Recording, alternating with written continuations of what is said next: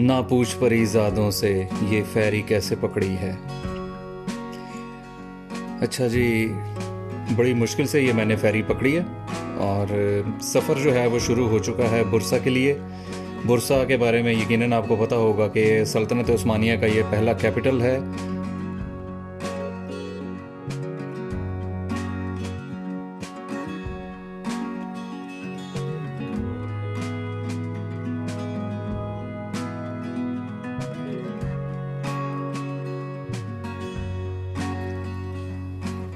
फेरी में काफ़ी खुली सीट्स हैं और दूसरी अच्छी बात इसकी ये है कि इसके अंदर ये एक छोटी सी कैंटीन है। कैंटीन के ऊपर जो बेसिक स्नैक्स हैं सारे वो मौजूद हैं, ड्रिंक्स वगैरह और फ्रेश जूसेस भी हैं। तो अगर आप आएँ तो यहाँ से सिर्फ टर्किश कार्ड जो कि तुर्की में चलता हो वो, और या फिर कैश आपके पास होना चाहिए, तो आप यहाँ से कुछ भी ले सकते हैं।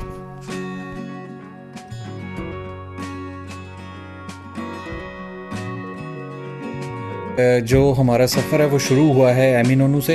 एमिनोनू से आपको जो फेरी का टर्मिनल है यहाँ से मुख्तलिफ़ शहरों के लिए फेरीज़ चलती हैं।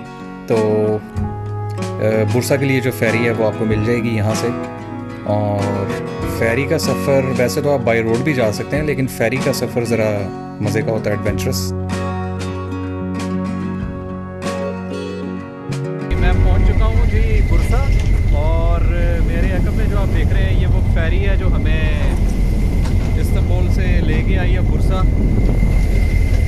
हवा बहुत तेज़ चल रही है, मौसम फुल क्लाउडी आप देख सकते हैं मेरे बैग में। आसमान जो है वो बादलों से भरा हुआ है। और यहाँ से मैंने अभी देखा मैप के ऊपर तकरीबन 40 किलोमीटर या शायद इससे भी ज़्यादा उस्मान गाजी का मज़ार है। अब यहाँ से देखता हूँ कि कैसे लेनी है टैक्सी वगैरह।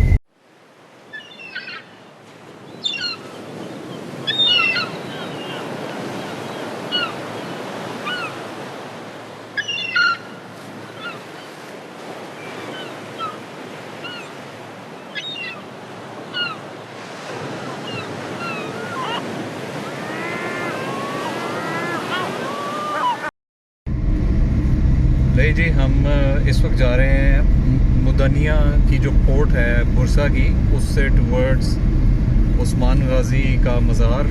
और इस सिटी का जो लैंडस्केप है वो इस्तांबुल से डिफरेंट है। ये ज़्यादा ग्रीन है और इसमें ज़्यादा रश नहीं है।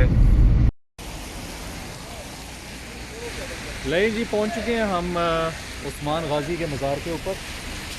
और आज बारिश हो रही है, उसके बावजूद मौसम बहुत अच्छा है। और सामने आप पहाड़ी के ऊपर देख सकते हैं कैसे बादल हैं, और बिल्कुल ऐसे लग रहा है जैसे आप मरी में हैं या नसिया गली में। बहरहाल बाहर का मंज़र बहुत ज़बरदस्त है। छोटा सा एक बाज़ार है जो ओल्ड सिटी है, और ये सामने उस्मान गाजी का मज़ार। यहाँ पर सिर्फ उस्मान का नहीं बल्कि उनके बेटे उरहान, जो कि उसके बाद सल्तनत के सुल्तान थे, उनका भी मज़ार है। और अभी मैं अंदर जाऊँगा दोनों मज़ारात के अंदर।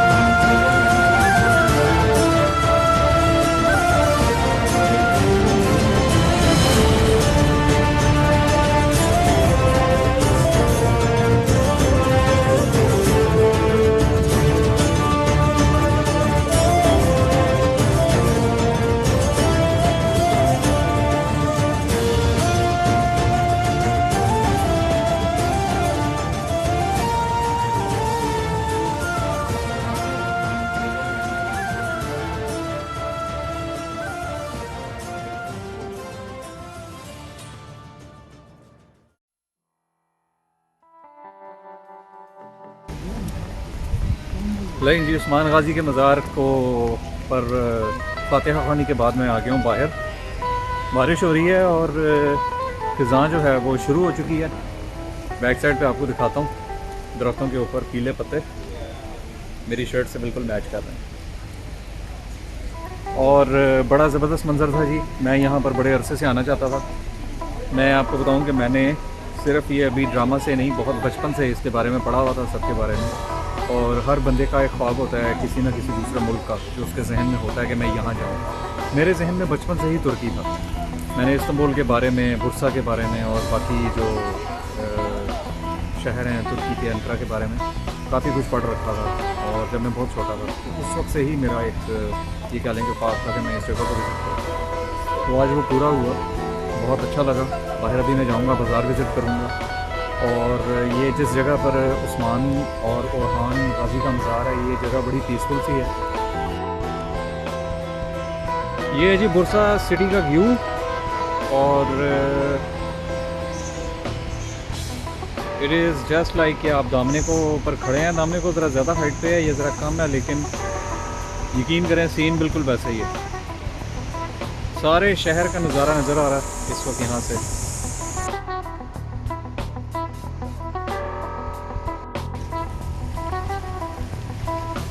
अच्छा जी, मेरा हर बंदे का अपना घूमने फिरने का एक स्टाइल होता है। मेरा स्टाइल ये है कि मैं मेन स्ट्रीट्स की बजाय ज़्यादा फोकस होता है मेरा कि जो छोटी छोटी गलियाँ हैं जी वहाँ पे जाएगा।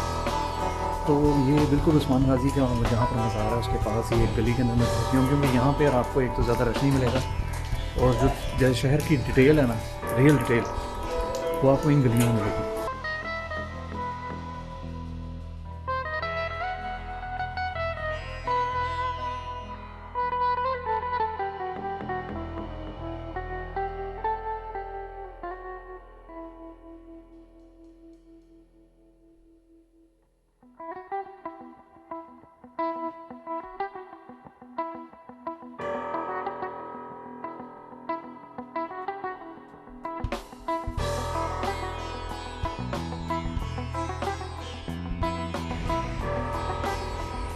ये सामने जो पहाड़ी के ऊपर घर बने हुए हैं, ये देख के बिल्कुल ऐसे लगता है जैसे आप इटली का वो जो सिटी है पोसिटानो, वहाँ पर हैं। बहुत ज़बरदस्त नज़ारा है जी ये। और इसके साथ यहाँ देखें तो आप लगता है जैसे आप इस्लामाबाद में हैं और ये सामने मार्गला की पहाड़ी हैं। लेकिन जैसे ही आप यहाँ देखते हैं तो आपको लगता है नहीं, आप बुर्सा के अंदर हैं। मैं कह रहा हूँ जी इस वक्त ग्रैंड बाज़ार के सामने, ये यहाँ का तारीख़ी बाज़ार है, पुराना बाज़ार जो सल्तनत उस्मानिया के ज़माने से यहाँ पर कायम है, या शायद उससे भी पहले का होगा। ये बिल्कुल उसी तर्ज पर है कवर्ड, जैसे कि इस्तांबुल के अंदर आपको वो जो स्पाइस बाज़ार और ग्रैंड बाज़ार वैसे ही। बिल्कुल उसी तरह का फील है यहाँ की भी, जैसे इस्तांबुल के ग्रैंड बाज़ार है। सिर्फ फ़र्क ये है कि यहाँ पर उस तरह की मारा मारी नहीं है, ना टूरिस्ट इस तरह से हैं और ना ही जो शॉपकीपर्स हैं वो आपके ऊपर हमला कर देते हैं कि कुछ लेकर ही जाओ यहाँ से।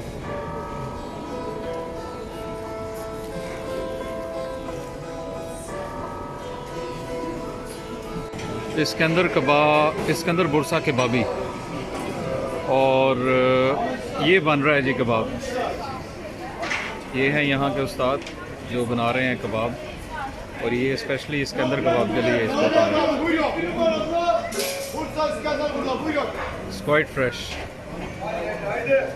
अभी जैसे ये बन जाएगा तो इसको दूसरी तरफ करेंगे और नया कबाब उतार लेंगे।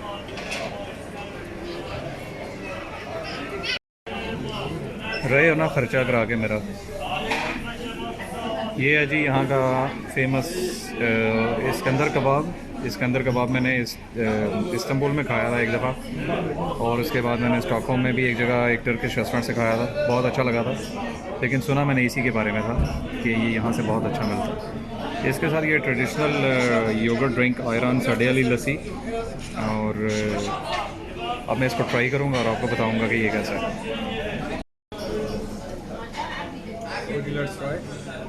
इसके अंदर कबाब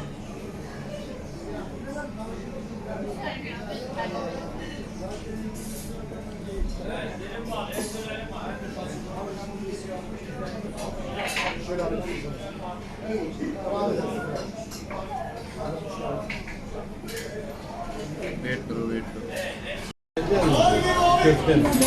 आयरान पे आ गई है जी बात। और डन विद माई कबाब के बारे में पहले जब स्टार्ट किया था मेरी राय कुछ और थी, और बिकॉज मैं कोई फूड ब्लॉगर तो हूँ नहीं, इसलिए बाय द एंड ऑफ कबाब मेरी राय जो है वो चेंज हो गई। तो परेशान नहीं होना आपने, बड़ा अच्छा कबाब था ये। और ये ऐसा कबाब था कि खा लो तो खैर है, ना भी खाता नहीं खैर, यानी तू लग जा साड़ी खैर। तो ऐसी चीज़ है ये कि आप इसको अगर खाना चाहें, अगर भूख लगी हल्की फुल्की तो खा लें, वरना कोई बहुत एक्स्ट्राऑर्डनरी चीज़ नहीं है। तो क्योंकि मैंने इससे बेटर कबाब स्टॉकहोम में खाया चोक रेस्टोरेंट से।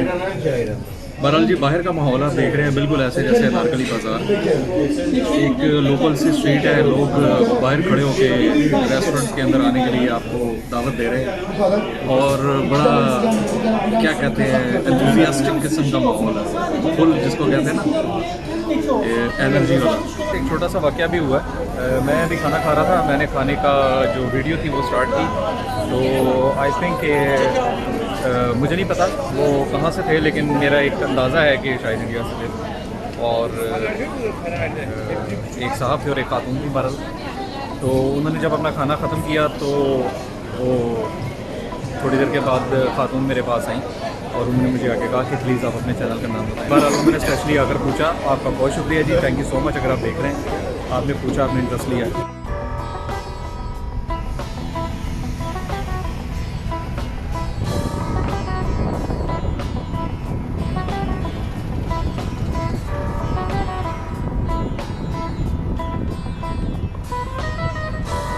थोड़ा सा और जेब को हल्का किया।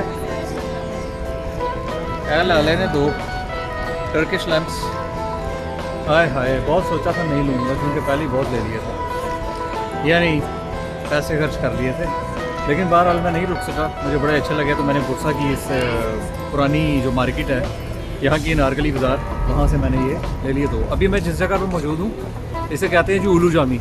उलू जामी बाहर लिखा हुआ 1399 में तामीर की गई थी। मस्जिद का डायामीटर इतना बड़ा है कि मैं फुल वाइड फ्रेम के अंदर भी इसे पूरा नहीं ले सका, और ये वाकई उलू जामी है, यानी वाकई ये एक जामिया मस्जिद है। ये बुरसा की सबसे पुरानी और सबसे बड़ी मस्जिद है। बाहर से इसका स्ट्रक्चर जो है वो डिफरेंट है उन मस्जिदों से जो आपको इस्तांबुल में नज़र आएंगी, यानी वहाँ एक ख़ास टाइप का स्टाइल है जैसे आप अक्सर देखते हैं वीडियोस में, ये उससे डिफरेंट है।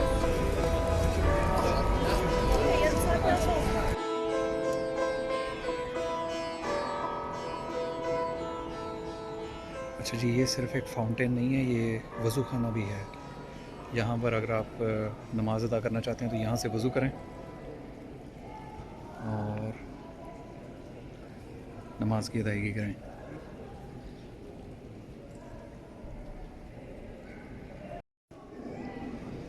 ये मस्जिद का अंदरूनी हिस्सा है जी, और इसको आप जैसे कि वीडियो में देख सकते हैं बहुत सारे गुंबद हैं जैसे अंदर। आई डोंट नो बाहर से इतने गुंबद हैं या नहीं, लेकिन अंदर से इन्होंने ऐसे बनाए हुए हैं जैसे बहुत सारे डोम्स और उनकी लेन्स हैं।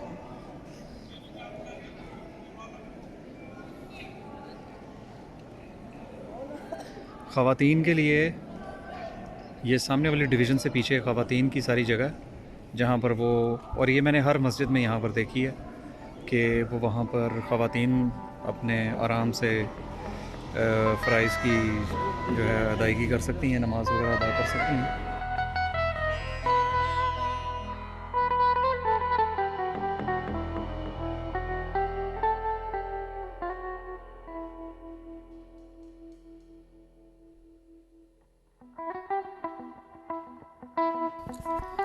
ले जी, बुरसा का ये सफ़र यहाँ ख़त्म हुआ और अभी मैं वापस पोर्ट की तरफ जा रहा हूँ। आखिरी फेरी पकड़ूँगा और वापस इस्तांबुल जाऊँगा। और मुझे बहुत अच्छा लगा बुरसा शहर। आप भी अगर तुर्की आएँ तो ज़रूर बुरसा का टूर करें, ये वाकई में एक देखने वाली जगह है। और अगर आपको ये व्लॉग मेरा पसंद आया तो प्लीज़ चैनल को लाइक करें और सब्सक्राइब करें, और अपनी कीमती राय से मुझे ज़रूर आगाह करें। अपना बहुत ख्याल रखिएगा। अल्लाह हाफ़िज़।